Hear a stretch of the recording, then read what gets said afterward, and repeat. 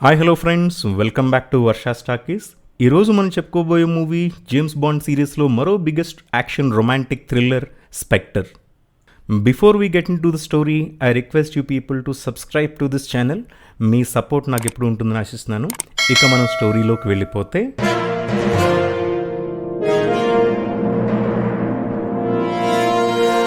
Bond Mexico సిటీలో ఒక ఆపరేషన్లో ఉండగా మూవీ ఓపెన్ అవుతుంది. ప్రతి సంవత్సరం జరిగే రైజ్ ఆఫ్ ద డెడ్ అనే సెలబ్రేషన్స్లో ఏదో జరుగుతోందని బాండ్కి ఉప్పందడంతో బాండ్ మెక్సికోకి వెళ్తాడు.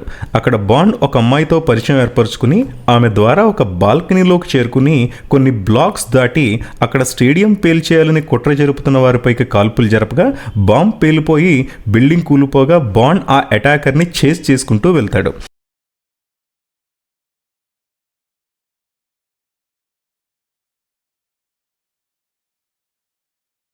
అక్కడ ఒక హెలికాప్టర్లో ఆ అటాకర్ని కాపాడేందుకు రాగా బాండ్ కూడా ఆ హెలికాప్టర్లో ప్రవేశించి పైలట్ని ఆ అటాకర్ని చంపేసి ఆ అటాకర్ దగ్గర ఉన్న రింగ్ని లాక్కోవడంతో అసలు కథ ప్రారంభమవుతుంది.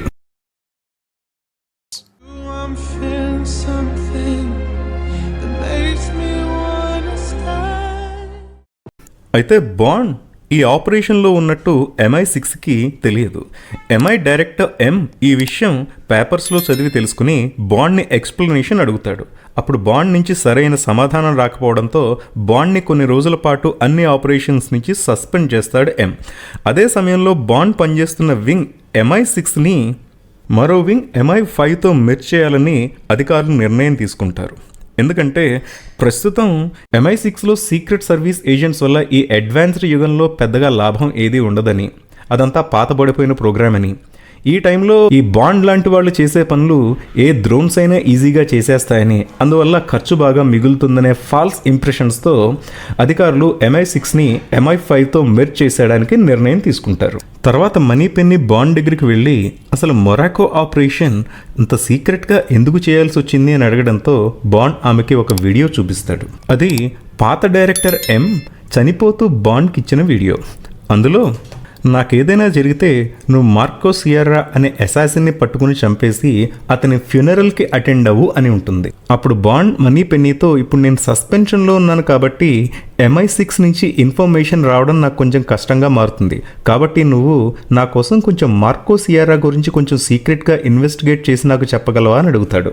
బాండ్ మీద ఉన్న నమ్మకంతో మనీ పెన్నీ ఆ పని చేయడానికి ఒప్పుకుని అక్కడి నుంచి వెళ్ళిపోతుంది. తర్వాత బాండ్కి గ్యాడ్జెట్స్ తయారు చేసే మిస్టర్ M ఆదేశాల ప్రకారం లొకేషన్ ట్రేస్ చేయడానికి బాండ్ శరీరంలో ఒక బయో ట్రాకింగ్ డివైస్ని ఇన్సర్ట్ చేస్తాడు. తర్వాత బాండ్కి ఎప్పటిలాగే కొత్తగా డిజైన్ చేసిన ఒక కార్ని చూపించి, అయితే ఈసారి ఈ కార్ని 009కి అలాట్ చేశామని, ఎందుకంటే నువ్వు ఇప్పటిదాకా ఏ కార్ని తిరిగి వెనక్కి తీసుకురాలేదని చెప్పి నవ్వుతాడు. నా కోసం ఇప్పుడు కొత్తగా నువ్వేం డిజైన్ చేసావని అడక్క అతనికి ఒక వాచ్ ఇచ్చి, ఈ వాచ్ ఎలా పనిచేస్తుందో నీకు అర్థమయ్యే ఉంటుంది అని చెప్పి నవ్వుతాడు. తర్వాత బాండ్ ఇదంతా లెక్క చేయకుండా కార్ని ఈజీగా దొంగిలించి మార్కో సియర్రా ఫ్యూనరల్ని అటెండ్ చేయడానికి పాత చెప్పినట్టుగానే రూమ్కి వెళ్తాడు. అక్కడ మార్కో సియర్రా వైఫ్ మిస్ లూసియాని కలుస్తాడు. ఎవరైనా అసాసిన్ అనుకోకుండా చనిపోతే స్పెక్టర్ ఆర్గనైజేషన్ రూల్స్ ప్రకారం వాళ్ళ కుటుంబ సభ్యులను కూడా చంపేస్తుందని తెలిసిన బాండ్ ఆమెను స్పెక్టర్ మనుషులు చంపబోతుండగా రక్షించి ఆమెని సెడ్యూస్ చేసి ఆమె ద్వారా స్పెక్టర్ పేల్కింగ్ అనే అతన్ని చంపేసి స్టేడియంని పేల్చేయమని ఆదేశించిందని, తన భర్త చనిపోవడంతో మరొక అసాసిన్ని సెలెక్ట్ చేయడం కోసం ఒక ఎమర్జెన్సీ మీటింగ్ ఏర్పాటు చేసిందని తెలుసుకుంటాడు. అప్పుడు బాండ్ మార్కో సియర్రా నుంచి హెలికాప్టర్ ఫైట్లో తను లాక్కున్న స్పెక్టర్ రింగ్ని యూజ్ చేసి ఆ మీటింగ్కి అటెండ్ అవుతాడు. Bond Spectre organisation leader mister Franz ఒబర్హౌజర్ని మొట్టమొదటిసారిగా చూస్తాడు. అయితే బాండ్ రాకని గ్రహించిన ఫ్రాంజ్ బాండ్ని చంపేయమని కొత్తగా ఎలెక్ట్ అయిన అసాసిన్ని ఆదేశించడంతో ఆ అసాసిన్ బాండ్ని చేజ్ చేసుకుంటూ వెళ్తాడు. ఈ మూవీకి ఈ chase scene one of the biggest highlight.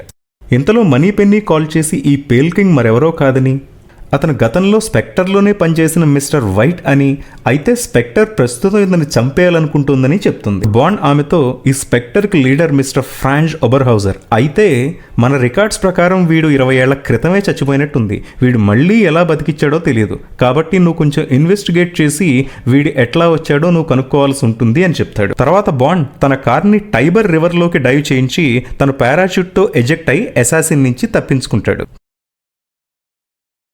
తర్వాత బాండ్ పేల్ కింగ్ అనబడే మిస్టర్ వైట్ని వెతుక్కుంటూ ఆస్ట్రియా కంట్రీకి వెళ్తాడు.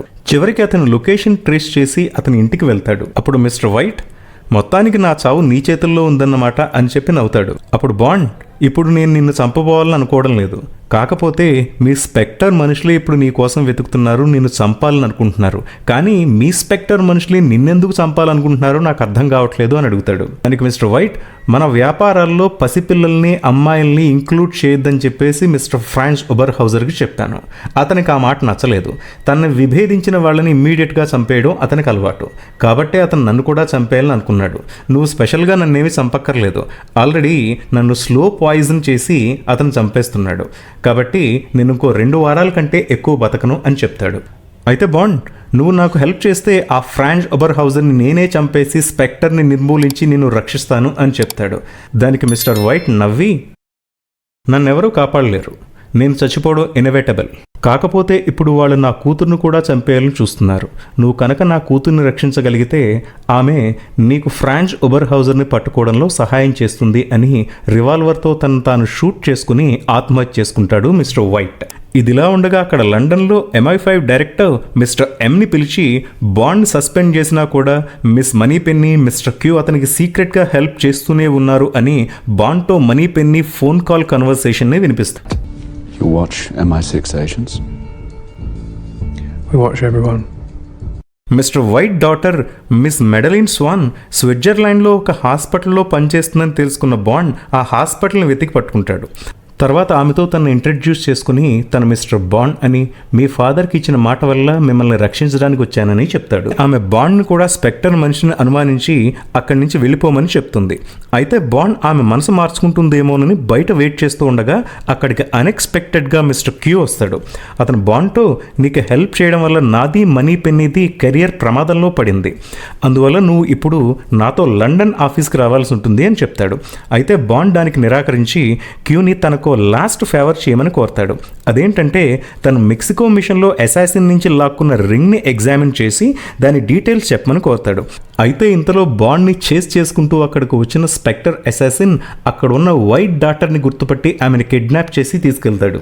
అప్పుడు బాండ్ తన ప్లేన్తో ఆమెను రక్షించడానికి వాళ్ళ వెంట పడతాడు. ఈ ప్లేన్ చేస్ సీన్ పిక్చర్కి one of the another biggest highlight. చివరికి బాండ్ ప్లేన్తో ఆ కార్ని గుద్దేసి స్వాన్ని రక్షించి తనతో తీసుకెళ్తాడు. తర్వాత రింగ్ని ఇన్వెస్ట్ చేసిన క్యూ బాండ్ గతంలో చంపేసిన అందరూ ఫ్రాన్స్ కింద పనిచేస్తున్న వాళ్ళేనని, ఫ్రాన్స్ ఇంకా బతికే ఉన్నాడని, గత కొన్నేళ్లుగా అండర్ గ్రౌండ్లో ఉండి ఇంతవరకు తను చనిపోయినట్టు అందరినీ నమ్మించాడని చెప్తాడు. అప్పుడు మెడలిన్ స్వాన్ తన తండ్రి కూడా స్పెక్టర్ ఆర్గనైజేషన్లోనే పనిచేసేవాడని, ఇప్పుడు ఫ్రాన్స్తో అతనికున్న విభేదాల వల్ల తన ఫ్యామిలీని మొత్తం చంపేయచ్చని తనను స్విట్జర్లాండ్లో దాచుంచాడని చెప్తుంది.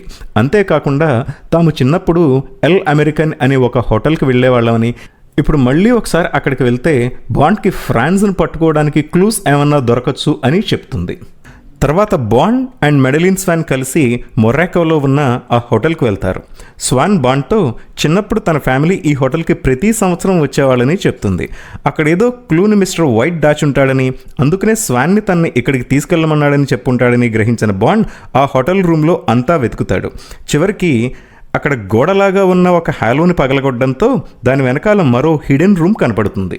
ఆ రూమ్లో కొన్ని మ్యాప్స్, కొన్ని కోఆర్డినేట్స్ దొరకడంతో బాండ్ ఆ మ్యాప్ స్పెక్టర్ యొక్క సీక్రెట్ బేస్కి సంబంధించిందని, అది ఒక డిజర్ట్ మధ్యలో ఉందని తెలుసుకుంటాడు. తర్వాత వాళ్ళు ఆ డిజర్ట్ని వెతుక్కుంటూ ఒక ట్రైన్లో వెళ్తారు.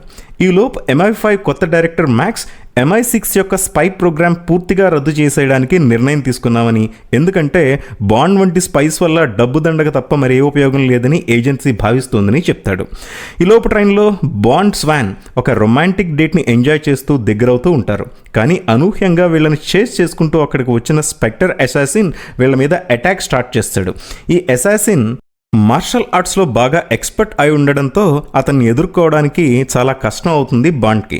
చివరికి బాండ్ అతి కష్టం మీద అతన్ని ఒక చైన్కి హుక్ చేసి ట్రైన్ నుంచి బయటికి తోసేసి చంపేస్తాడు.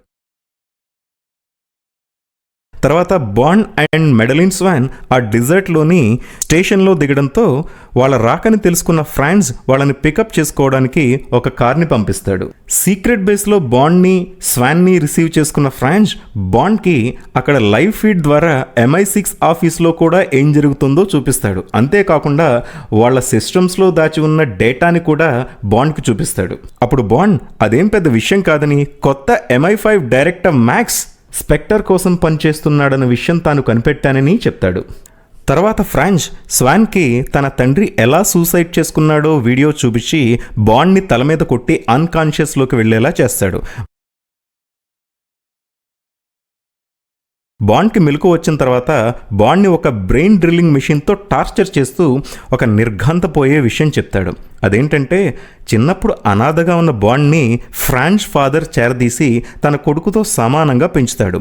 అయితే బాండ్ యొక్క తెలివితేటలకి బాండ్పై తన తండ్రి చూపించే ప్రేమకి అసూయ పెంచుకున్న ఫ్రాన్స్ తన తండ్రిని చంపేసి తను కూడా చనిపోయినట్లుగా అందరినీ నమ్మిస్తాడు. తర్వాత బాండ్ని ఆ బ్రెయిన్ డ్రిల్లింగ్ మిషన్తో చాలా క్రూరంగా టార్చర్ చేస్తాడు. చివరికి బాండ్ తనకి గతంలో క్యూ ఇచ్చిన ఎక్స్ప్లోజివ్ వాచ్ను ఫ్రాన్స్ మీదకి విసిరేసి అది పేలడంతో స్వాన్ ఇంకా బాండ్ అక్కడి నుంచి తప్పించుకుంటారు.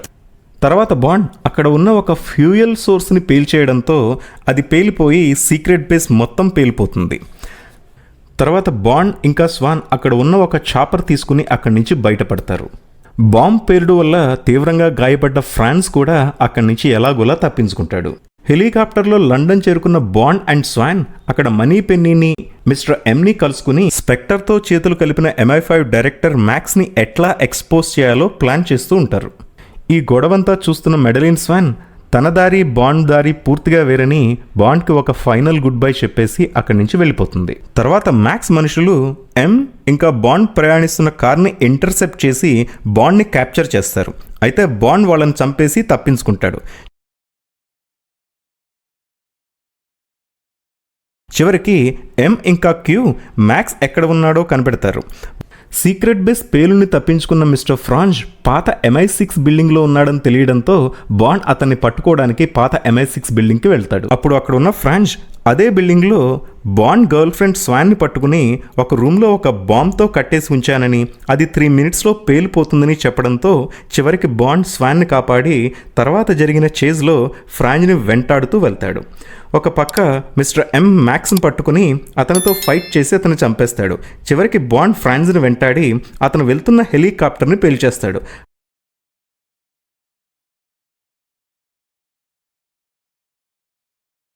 అందులోంచి ప్రాణాలతో బయటపడిన ఫ్రాన్స్ని చంపకుండా సీక్రెట్ సర్వీస్కి అప్పగించి తన గర్ల్ ఫ్రెండ్ స్వాన్తో బాండ్ అక్కడి నుంచి వెళ్ళిపోవడంతో కథ ముగుస్తుంది.